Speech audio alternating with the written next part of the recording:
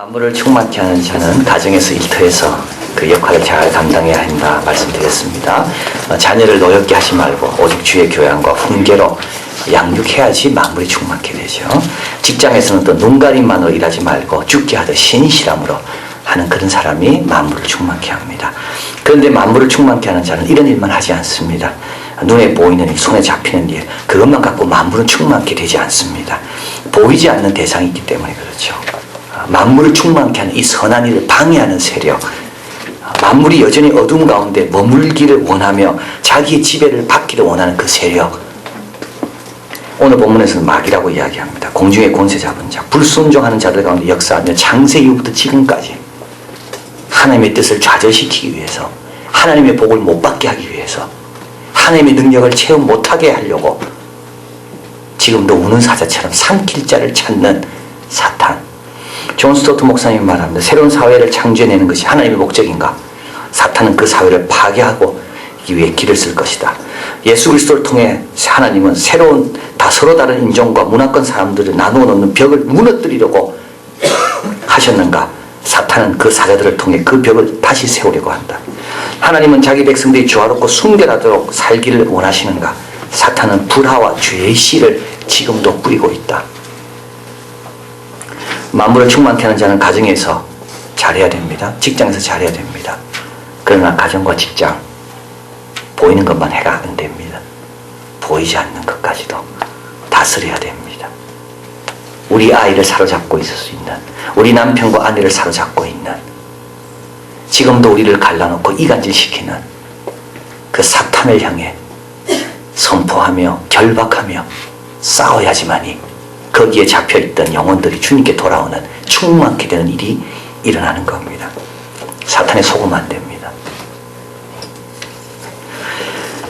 오늘 본문에서 그래서 평화로운 가정, 건강한 일터에 대해서 말하다가 갑자기 마귀의 음모에 대해서 주목하게 합니다. 하나님의 원수, 우리의 원수, 우리가 싸워야 될 대상, 그 가혹한 현실로 우리를 초청하는 겁니다. 오늘 본문에서 먼저 우리의 싸움은 혈과 육에 대한 것이 아니라고 말합니다. 여러분, 혈과 육은 싸움의 대상이 아닙니다. 사람은 싸움의 대상이 아닙니다. 사람은 불쌍한 사람들입니다. 사람들은 긍휼이 필요한 사람들이에요. 우리 예수 믿는 사람까지도 다른 사람을 싸우고 힘들게 하면 안 됩니다.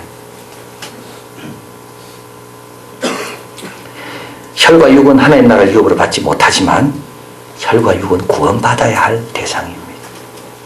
기다려줘야 되고 축복해줘야 되고. 여러분, 우리가 지금 혹시 싸우고 있다면 이 싸움이 건강한 싸움인지 가치 있는 싸움인지 선한 싸움인지 그렇지 않은지를 구별할 수 있는 기준이 있습니다. 다음 세 가지인데요. 자신에게 꼭 적용해 보십시오. 첫째, 이 싸움은 싸울수록 내가 성장하는 것 같은가? 내 성품이 더 좋아지는가? 싸움은 싸울수록 하나님과 나 사이의 관계가 더 깊어지는가? 그건 좋은 싸움이에요. 그러나 싸움은 싸울수록 내 속에 안 좋은 것만 자꾸 개발돼. 그리고 기도도 안 되고 찬양도 안 되고 예배도 안 돼. 자꾸 하나님과 벽이 만들어지는 것 같아. 이 싸움은 좋은 싸움이 아닙니다. 또 두 번째 기준이 있는데요. 싸움은 싸울수록 하나님 나라의 덕이 됩니까? 좋은 싸움이에요. 근데 결국 싸워서 죽였는데 보니까 누구예요? 하나님 나라의 백성이에요. 하나님 나라의 손실만 줘. 교회의 어려움만 줘. 그 불쌍한 영혼들, 형제 자매들을 더 상처만 내. 그는요, 정말 잘못 싸우는 겁니다. 또 세 번째가 있습니다. 하나님 영광이죠. 싸울수록 하나님 영광 받으십니까? 안 그러면 싸울수록 다른 사람이 조롱합니까? 아이고, 예수 믿는 사람들 교회에서 저거밖에 못 배웠나? 여러분, 그런 싸움은 당장 스탑하셔야 됩니다. 그런 싸움은 싸울 이유가 없는 싸움이에요. 이겨도 얻을 수 있는 게 하나도 없어. 손실밖에 없는 싸움이에요. 사울이 죽고 난 다음에 아브넬 부하들하고 다윗의 부하들이 싸웁니다. 이건 이스라엘 동족끼리 싸우는 거예요. 그래서 동족 다 12 다 죽습니다. 결국 이스라엘에 손실만 끼친 겁니다. 그러나 다윗은 골리앗과 싸우지요. 골리앗과 싸움을 싸울수록 다윗은 커집니다. 다윗이 싸우는 걸 보고 위축됐던 이스라엘 백성도 용기를 내서 블레셋과 싸웁니다. 하나님의 영광 드러나는 싸움입니다. 그러니까 사탄은요, 우리를 어떻게 하면 더 힘들게 만들고 하나님 나라에 손실을 끼치고 하나님의 영광을 가리는지 압니다. 그래서 항상 우리 보고 내가 문제가 아니고 저 사람과 싸우라고 계속 그러는 거죠, 사탄은. 하나님 나라의 손실 내가 입히는 거고, 하나님과 막힌 담, 그 담을 더 내가 쌓는 거고, 사탄은 가만히 앉아서 구경만 하면 되는 겁니다. 자, 그래서 만물을 충만케 하는 자는 혈과 육과 싸우지 않습니다. 이런 의미 없는 싸움, 가치 없는 싸움, 하나님께 손실만 끼치고 나에게도 더 나를 힘들게 만든 이런 싸움에는 싸우지 않습니다. 싸움의 대상이 누군지 아는 겁니다. 오늘 본문에 또 나옵니다. 우리는 혈과 육과 싸우지 않고요. 11절에 마귀에 대해서 이야기하고 있죠. 마귀의 속성. 첫 번째 마귀의 괴계. 마귀는 속이기를 잘하는 자라는 겁니다. 장기에 아주 능합니다. 그래서 신앙생활 잘하고 마귀를 이기는 사람은 신실한 사람밖에 없습니다. 여러분도 장기를 부리잖아요. 그러면 마귀에게 지는 겁니다. 장기 부리는 사람은 마귀를 이겨낼 수가 없어요.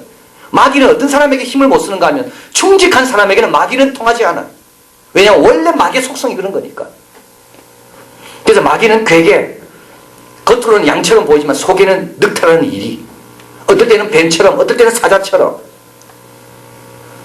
거룩한 천사처럼 변장하기도 얼마나 쉽게 하는지. 또 마귀에 대해서 이렇게 나와 있습니다. 12절에 같이 있습니다. 우리의 씨름은 혈과 육에 대한 것이 아니요 정사와 권세와 이 세상의 어두운 주관자들과 하늘에 있는 악의 영들에 대함이라. 여기 특징이 있죠. 뭡니까? 마귀는 다스리는 걸 너무 좋아합니다. 다 주관자, 권세, 정사, 다 이게 통치와 관련된 용어들입니다. 이거는 마귀의 서열이라고 보는데요. 천사의, 타락한 천사들의 서열. 근데 이 서열이 정확하게 뭔지는 모르지만 분명한 것은 이들은 다 통치하기를 원하는 거예요. 자기 통치의 영역이 줄어들기를 마귀들은 용납하지 않습니다. 그냥 내주는 법이 없다는 겁니다. 그냥 우리 남편을 교회 오도록 예수 믿도록 하는 경우가 없다는 겁니다. 싸워야 돼요. 씨름한다 돼 있잖아요. 씨름은 붙여 싸우는 겁니다. 뒤엉켜 싸우는 겁니다. 대강 싸우는 게 아니에요. 제대로 싸우는 거예요. 마귀는 두 번째 특징은 권세, 주관, 이런 게 마귀의 특징이에요. 마지막에 또 나와 있죠. 하늘에 있는 악의 영들에 대함이라. 이 하늘에 있다는 말은 우리를 잘 알고 있다는 말이고요. 또 악의 영들은 마귀는 보이지 않습니다. 보이지 않기 때문에 마귀는 더 무서운 겁니다. 그런데 이렇게 우리에게 말씀하는 이유는 마귀가 이러니까 겁내라, 이게 아닙니다. 이렇게 말씀하는 이유는 예수 믿는 자들이요, 그 사명을 감당하기 위해 정신 좀 차리라는 말입니다. 그렇게 나태하고 게으르고 그렇게 부주의해가지고는 마귀에게 당할 수가 없다는 거예요. 어떻게 해야 됩니까? 오늘 본문에 가보겠습니다. 10절 같이 있습니다. 정말로 너희가 주 안에서와 그 힘의 능력으로 강건해지고. 자, 이게 강건하란 말은 뭐냐면 be strong, 강하라. 마음을 강하게 먹어라. 각오를 새롭게 하라, 이런 뜻입니다. 약하게 먹지 마라, 이 뜻입니다. 싸워서 지면 지고 이기면 그렇게 마음 갖지 말라는 말이에요. 이번 싸움에는 내가 꼭 이겨야 된다. 이번 시험에는 내가 꼭 이겨야 된다. 강해지라는 겁니다. 어제 신문에 보니까 아프가니스탄에서 근무하는 이탈리아 군대가 탈레반에게 돈을 줘서 야, 총 쏘지 마라 그랬다고 이렇게 보도가 났습니다. 근데 이제 그 이탈리아 군대는 철수하고 그 자리에 프랑스 군대가 갔는데 프랑스 군대는 그걸 모르고 돈을 안 준 거죠. 그래서 탈레반에 총 쏘아서 여러 명 죽었다는 이제 그런 내용입니다. 이탈리아는 지금 그걸 부인하고 있죠. 근데 그게 만약 사실이라면요, 정말 그건 군인이 아닙니다. 그게 무슨 군인입니까? 거기 왜 가 있는데요?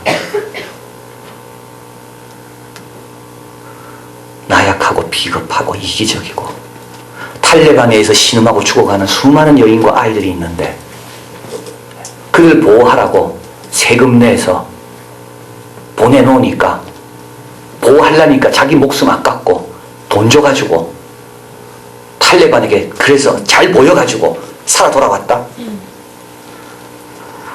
군인이 아니죠.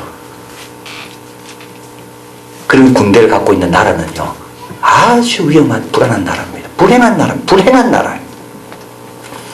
문명 정쟁이라는 책에 보면 오사마 빈 라덴이 자기를 찾아서 알카이다를 조직했을 때 지하드, 성전, 성스러운 전쟁을 치르기 위해서 자기에게 온 그 알카이다 단원들에게 늘 이렇게 이야기했다고 합니다. 미국은 겉보기에 강해 보이지만 실제로 약하고 겁쟁이다. 베트남과 레바논을 보라. 군인들이 시체 운반용 가방에 실려 집에 올 때마다 미군들은 공포에 질려 물러났다. 미국은 부와 자본이 아무리 풍부해도 믿음이 없으며 죽음을 두려워할 줄 모르는 믿음의 전사들, 우리를 당해낼 수가 없다. 저는 이 책을 읽으면서요, 너무 부끄러워졌습니다. 이집트의 유명한 교회학자가 미국으로 유학 갑니다. 큐투브라는. 미국 가서 보니까 너무 천박한 거예요. 미국 교회 가보니까 너무 천박해. 자기는 하루 7번 기도하는데 5번만 해도 되는데 그것도 부족해서 7번 기도하는데 그 전능하신 하나님 믿는다는 그 제자들이 어떻게 저 모양인가?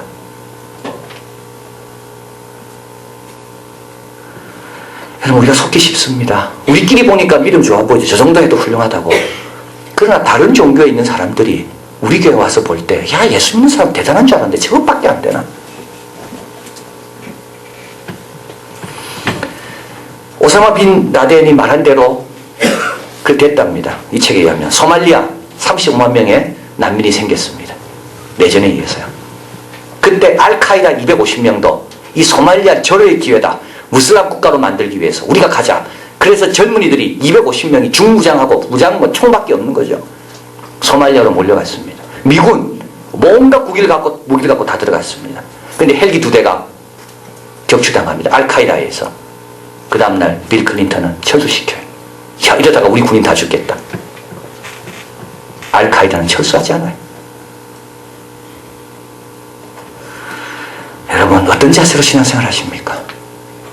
아, 이러면 내가 너무 힘들 것 같고, 이러면 내가 죽을 것 같고, 이러면 너무 먹히지 않고. 오늘 주님 말씀합니다. 주 안에서와 우리 주님이 어떤 분입니까? 그 힘이 어떤 힘인데 우리가 그렇게 나약해야 됩니까? 강건해져라. 먼저 강건해져라. 두 번째로, 그런즉 서라고 말씀합니다. 13절 같이 있습니다. 그러므로 하나님의 전신갑주를 취하라. 이는 악한 날에 너희가 능히 대적하고 모든 일을 행한 후에 서기 위함이라. 14절 그런즉 서서. 13절에 서는 거하고 14절에 서는 거하고 다릅니다. 13절에 서는 거는 다 대적하고 서는 거고요. 14절은 이제 대적하기 전에 하나님의 전신갑주를 입기 위해서 서는 겁니다. 그러니까 옷을 입으려면 서야 되잖아요. 앉아서는 옷을 못 입잖아요.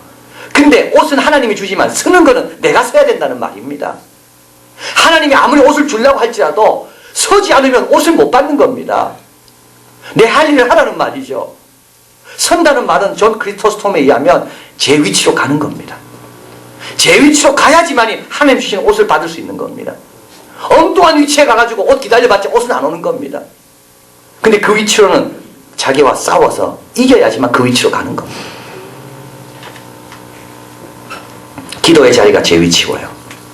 성경 공부의 자리가 제 위치입니다. 이렇게 예배하러 오시는 거 제 위치로 온 겁니다.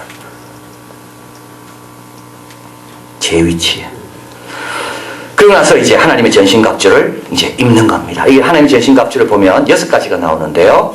14절 그런즉 서서 진리로 너희 허리띠를 띠고, 진리가 나오죠. 진리의 띠. 진리의 띠를 띠는 겁니다. 이 띠라는 것은 참 중요합니다. 이게 이제 옷이 내려가지 않도록 좀 자유스럽게 하지만 또 동시에 띠라는 것은 그 당시 로마 병사들은 이 띠에다가 뭘 많이 찼다 그럽니다. 그러니까 이게 띠가 없으면 찰 수 있는 게 없는 거죠. 그러니까는 뭘 주더라도 뭐 장군이라든지 뭐 상사가 여기 잘 해도 띠가 없는 사람은 보관할 수가 없는 거예요. 왜냐하면 창 들여야 되고 칼 들여야 되는데 어디 보관하겠습니까? 띠가 중요한 거예요. 띠는 뭡니까? 진리라 되어 있죠. 진리는 2가지입니다. 바른 교훈, 바른 오리엔테이션. 오리엔테이션이 바로 되면요, 모든 좋은 걸 제대로 받아들입니다. 근데 오리엔테이션에 문제가 있는 사람은 아무리 좋은 거 줘도요, 그 오리엔테이션이 잘못돼서 좋은 건지 모릅니다. 오리엔테이션이 중요한 거예요. 그리고 또 한 가지는 진실함입니다. 여러분, 제 아들은 부족하죠. 많이 부족했어요. 근데 제 아들은 충직했어요.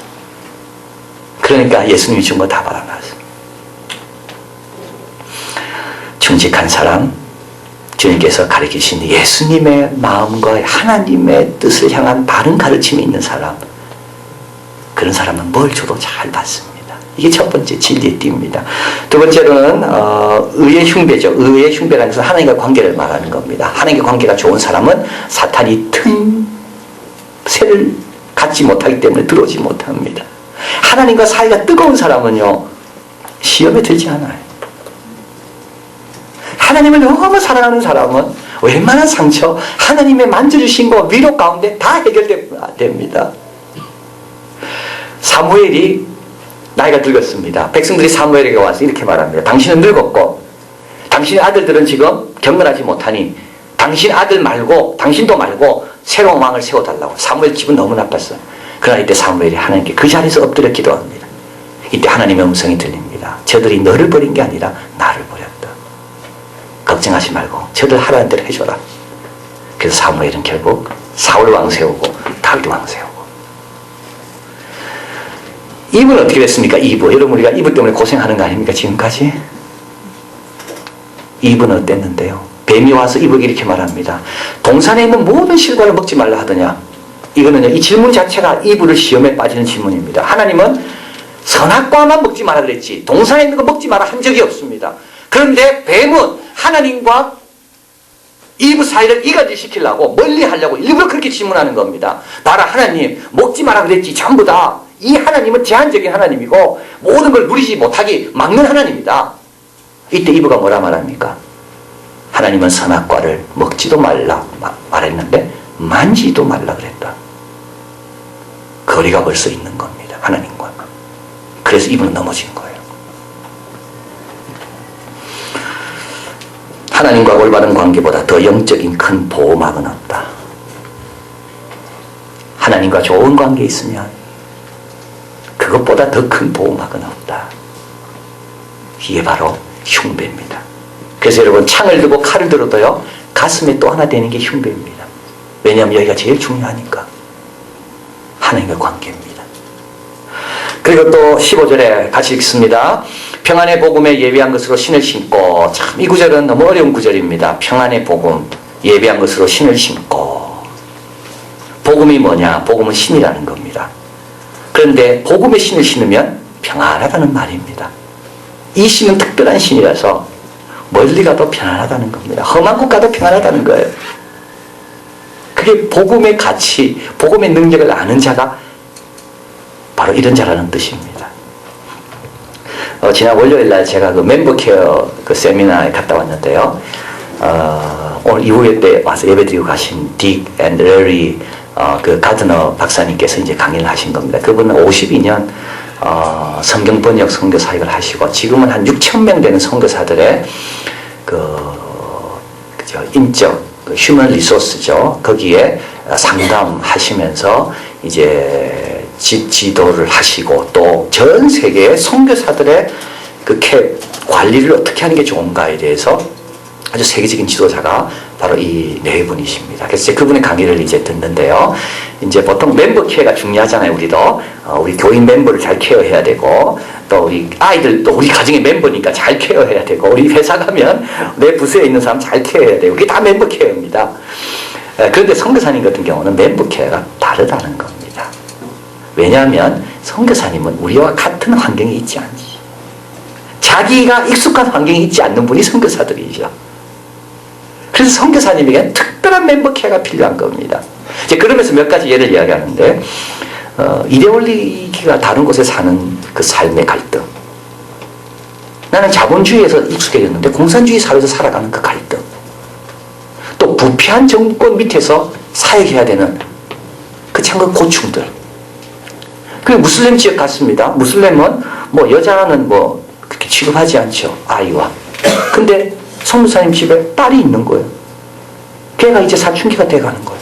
그럼 걔는 어떻게 양육해야 되는가? 우리 그 가드너 목사님 네 분이 멕시코에서 이제 성경 번역 시골에 가서 하시다가 내란이 일어나가지고 이제 철수하게 됐답니다. 근데 본인은 아이 둘과 본인 네 분이 철수하는데 여자 독신 선교사님이 그러더래요. 당신은 철수해도 가족이 함께 가서 좋겠다고. 나는 내 혼자 모든 걸 결정해야 된다고. 여러분, 그런데도 복음의 신을 신으면요, 가는 게 편한 겁니다.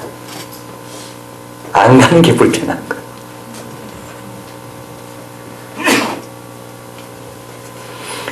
근데 가면 어떻게 됩니까? 가면 그 사람들이 살아나거든요. 그래서 사탄은요, 우리가 그런 신발 신지 마라 이야기합니다. 야, 돈 더 벌어라. 돈 신발 신어라, 돈 신발. 물질의 신발. 니 빨리 출세해라. 명예의 신발 신어라. 왜냐하면 그래야지 자기가 장악하고 있던 영혼들을 계속 자기 수하에 둘 수 있으니까. 그래서 여러분도 우리도 기도해야 됩니다. 하나님, 나도 복음의 신, 하나님 구두방에 가면 아마 복음의 신밖에 없을 거예요. 모양은 다를지 몰라도 다 신으면 가지 않을 수 없게 만드는 복음의 신.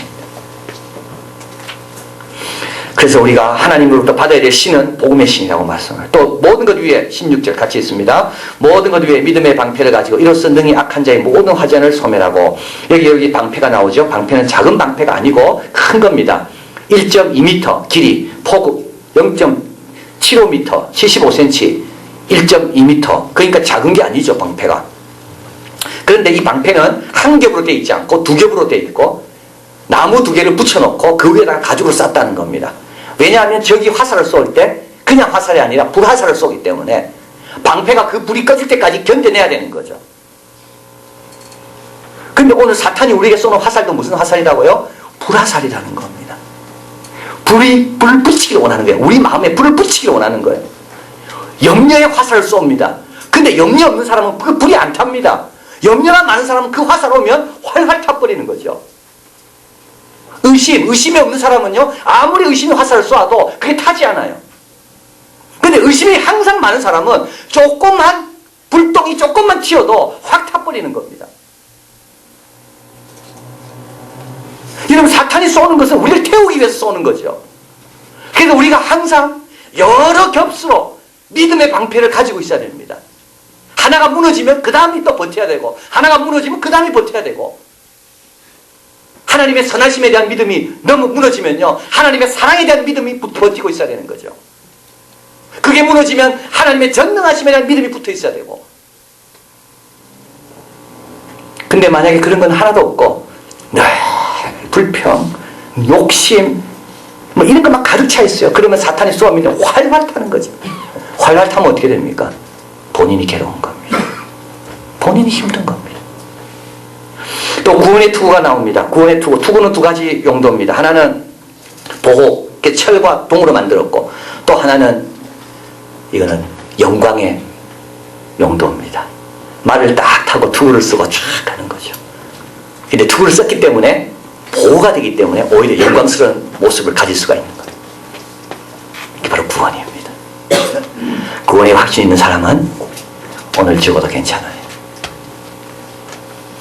영광의 구원의 자리에 내가 이를 거라고 확신하는 사람은 화살이 날라와도 숙이지 않아요. 하나님의 뜻이면 지금 가는 거고, 하나님의 뜻이 아니면 내가 더 열심히 영광스럽게 사는 거고. 자, 그리고 마지막으로 성령의 검 말씀이죠. 17절 구원의 투구와 성령의 검 곧 하나님의 말씀을 가져라. 그래서 맨 마지막에 나오는 하나님의 전신갑주는 말씀이고요. 이거는 성령의 검이라고 나와 있습니다. 검은 사탄이 제일 두려워하는 겁니다. 왜냐하면 검은 두 가지 용도거든요. 막기도 하지만 공격하는 것. 그리고 이 검은 뭐라 되어 있습니까? 하나님의 말씀이라 되죠. 하나님의 말씀이면 사탄도 복종하니까.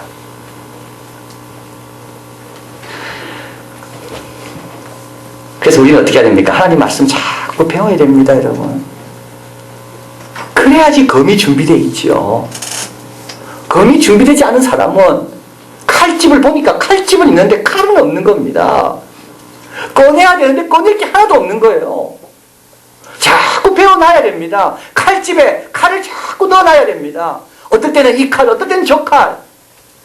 그때마다 뭘 써야 될지를 딱 알고 준비해놔야지만이 칼로 찌르고 거기에 잡힌 포로들을 건져낼 수 있죠.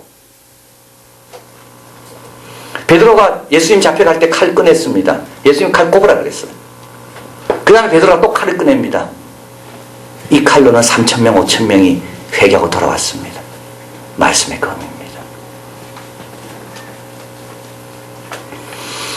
여러분, 성경 공부 참석하기 싫습니까? 또 성경 공부고 이제 오늘 끝납니다. 하나는 오주 선택한 분은 너무 다행이다 생각하시겠죠. 근데 여러분 꼭 기억하십시오. 내가 싫어하는 건지 사탄이 싫어하는 건지. 내가 싫어하는 겁니까? 안 그러면 사탄이 자꾸 그 마음을 내한테 넣어놓습니까? 계속 칼집 비어있게 하려고. 자기가 아무리 설쳐도 공격할 무기가 하나도 없도록 만들려고. 또 한 가지는 들은 말씀이 생각나야 됩니다. 그 기도를 하셔야 됩니다. 하나님 말씀 배울 때마다 왜 주십니까? 이 말씀을 하나님께서 어디에 쓰시려고 나에게 지금 주십니까? 시험 공부 아무리 잘해도요, 시험 문제 앞에서 생각이 안 나면 점수를 못 듣는 것과 마찬가지입니다. 자, 그래서 우리는 하나님의 전신갑주를 소중하게 여겨야 됩니다. 그죠? 이 갑주가 있어야지만이 만물을 충만케 할 수가 있고, 이 갑주가 있어야지만이 그래도 내가 내 역할을 제대로 할 수가 있다. 그리고 오늘 본문의 마지막으로 또 한 가지 더 설하되어 있죠. 이제 마지막에 또 설하는 게 나옵니다. 능히 대적하고 모든 일을 행한 후에 설하. 행했다고, 다 행했다고, 대적했다고 방심하지 말고 또 서 있어라. 왜냐하면 마귀는 부활하기 때문에. 사탄은 물러갔다가 또 찾아오니까.